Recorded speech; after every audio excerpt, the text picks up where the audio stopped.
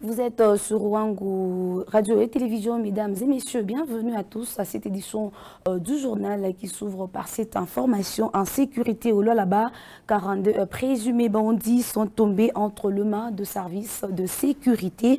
Ces hors-la-loi ont été présentés au vice-gouverneur de la province, Fifi Masuka Saini.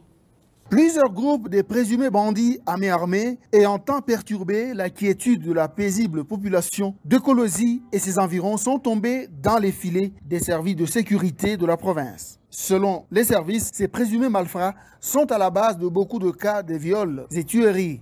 Ils ont été présentés à la gouverneure AI du Lualaba, à l'inspection provinciale de la police. Un résultat obtenu grâce à la collaboration entre les services de sécurité et la population. Cela fait suite aux sensibilisations multiples de Marie-Thérèse Masuka Saini à l'endroit de ses administrés. Ils sont au nombre de 42 répartis en 6 groupes, dont quelques femmes. Plusieurs armes à feu et les colis des fils conducteurs de la SNEL trouvés sur eux ont été ravis. Accompagné du ministre provincial de l'Intérieur et Sécurité de Oda Kapenda, l'autorité provinciale a félicité les militaires, policiers et autres services pour le travail abattu, avant de les inviter à redoubler d'efforts afin de poursuivre les ennemis de la paix jusque dans leur dernier retranchement. Ce phénomène de tous ces enfants qui entrent dans les maisons et les maisons des investisseurs puisse s'arrêter. La province du Lualaba est une province économique, le poumon de la République. Donc la paix elle-même, elle est très importante, ainsi que la sécurité de tout le monde, des investisseurs, de toute la population. Nous disons merci. Merci beaucoup à nos services de sécurité pour le travail qui ne cesse d'abattre chaque jour. Le vice-gouverneur du Lualaba a reçu ce vendredi 15 avril 2022 à l'hôtel du gouvernement une délégation de l'Agence nationale de prévention. Après un échange, cette dernière a admiré les efforts du développement et la volonté manifestée de Fifi Masuka Saini. Le président de la République a une vision. C'est celle de rendre viables tous les territoires du pays. Vous aurez observé qu'il a lancé le projet de 145 territoires. Et donc nous sommes venus voir Madame la gouverneure pour lui donner notre main d'association.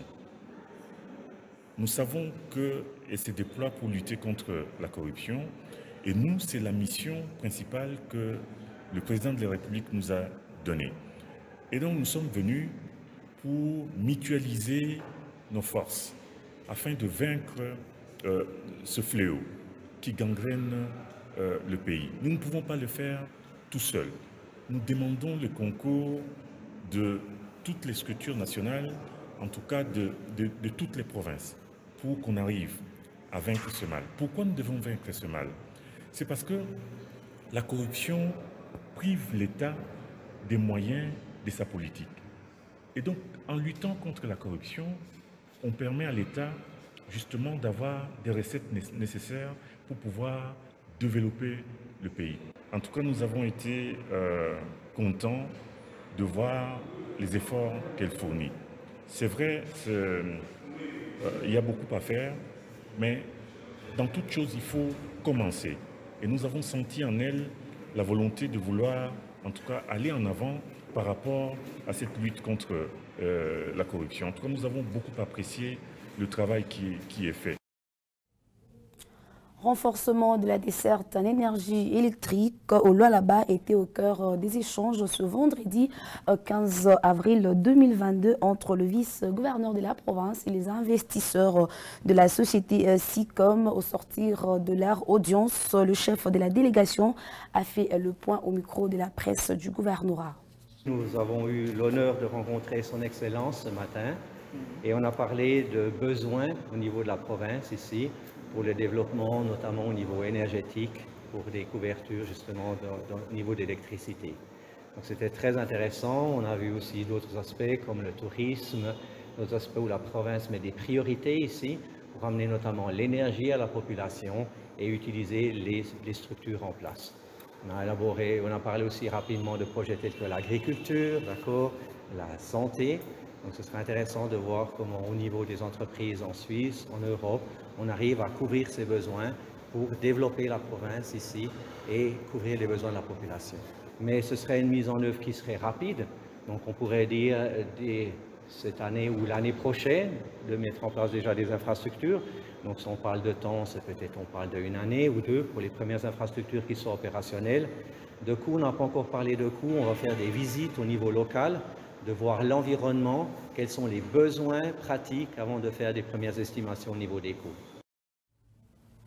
Mesdames et messieurs, en éducation, le ministre Délézu Mouindo Zangui a signé la note circulaire le 14 avril dernier relative aux directives portant réaménagement du calendrier académique 2021-2022.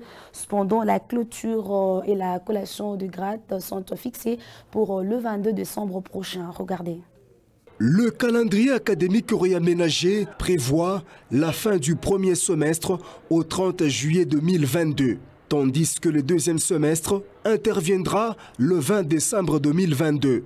La cérémonie de collation des grades et clôture de l'année académique interviendra le 22 décembre 2022 et l'ouverture de l'année académique 2022-2023 est prévue au 5 janvier 2023. Les autorités académiques sont encouragées, le cas échéant, à organiser les enseignements en système modulaire en vue de permettre un encadrement et un accompagnement efficient. Les chefs d'établissement sont tenus de transmettre mensuellement un rapport de l'évolution des enseignements dans leurs établissements respectifs au conseil d'administration de leur ressort pour les établissements publics ou à la direction de l'enseignement supérieur privé pour les établissements privés, ce à partir du mois d'avril 2022. Mouindo Zangui précise que pour les questions spécifiques, le chef d'établissement sont priés de s'adresser à la commission permanente des études.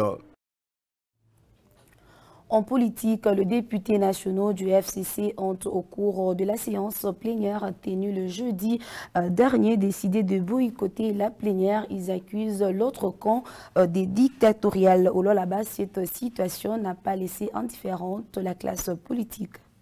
Un seul point a été à l'ordre du jour au cours de la séance plénière du jeudi tenue à l'Assemblée nationale. L'examen de la proposition des lois électorales était au rendez-vous. Le camp de Joseph Kabila Kabongi a décidé de claquer la porte de la plénière, qualifiant de dictatorial les régimes en place. Le FCC doit faire sa propre opposition et non pas tenter d'imiter ce qui s'est déjà passé hier ou dans le passé. Non. L'opposition mise en place par Etienne Tshisekedi le convenait lui. Puisque lui pouvait demander aux députés de démissionner, même l'Assemblée. Il démissionnait. Mais si aujourd'hui l'FCC se dit non, qui peut dire oui? Parce qu'ils font l'opposition. L'opposition qui faisait le père Félix. Vous voyez, donc ici, moi, je peux dire, ils ne sont pas à tort, ils ne sont pas en raison. Du côté du parti au pouvoir, l'IFCC semble être en perte de vitesse.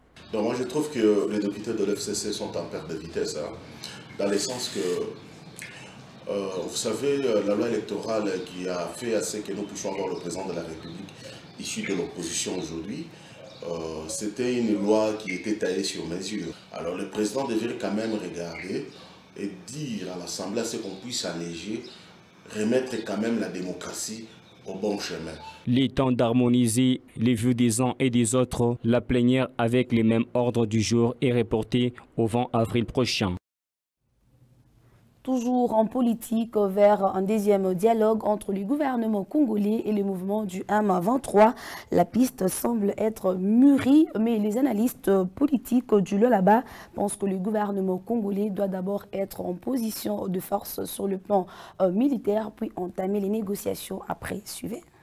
Les négociations de paix entre les gouvernements de la République démocratique du Congo et les rebelles du M23 restent encore une piste à ne pas écarter, estime l'analyste politique Gustave Moulongoyo. La piste que le Premier ministre est en train d'utiliser, qui entre tout droit dans la vision du chef de l'État, ce n'est pas une piste à écarter. Il faut aussi en profiter, il faut l'exploiter, voir ce que ça peut donner.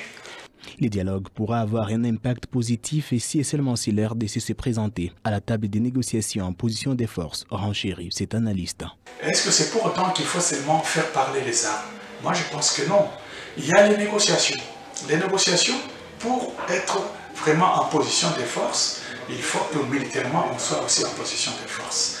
S'il y a cette faiblesse, s'il y a une faiblesse du côté de nos forces armées, et même pour parler avec l'adversaire qui est M23, vous l'avez dit, je pense que nous allons négocier avec M23 dans une position de faiblesse. C'est pourquoi moi je pense, tout en acceptant cette option de parler avec le M23, il faudra que nous soyons dans une position de force, militairement. En dehors du dialogue avec les rebelles, le gouvernement congolais fait encore aller loin. Et la guerre, et plutôt l'armée, et les négociations, et la politique avec les voisins, et l'extérieur aussi, vous avez les grandes puissances qui achètent les minéraux chez nous, et qui coopèrent avec ces différents rebelles. Vous voyez un peu, c'est vraiment tentaculaire. Par conséquent, il faut être sur tout le front. Il faut utiliser tous les moyens qu'il faut, il faut utiliser toutes les stratégies qu'il faut. Le Premier ministre Jean-Michel Sama Lukonde séjourne à l'est de la République démocratique du Congo, une zone en proie aux violences. Les premiers warriors évaluent l'état de siège décrété dans les provinces de Nord-Kivu et de l'Ituri. Mesdames et messieurs, c'est la fin complète de cette édition du journal. Merci de l'avoir regardé. Les informations continuent sur notre site www.wangu.info. Au revoir.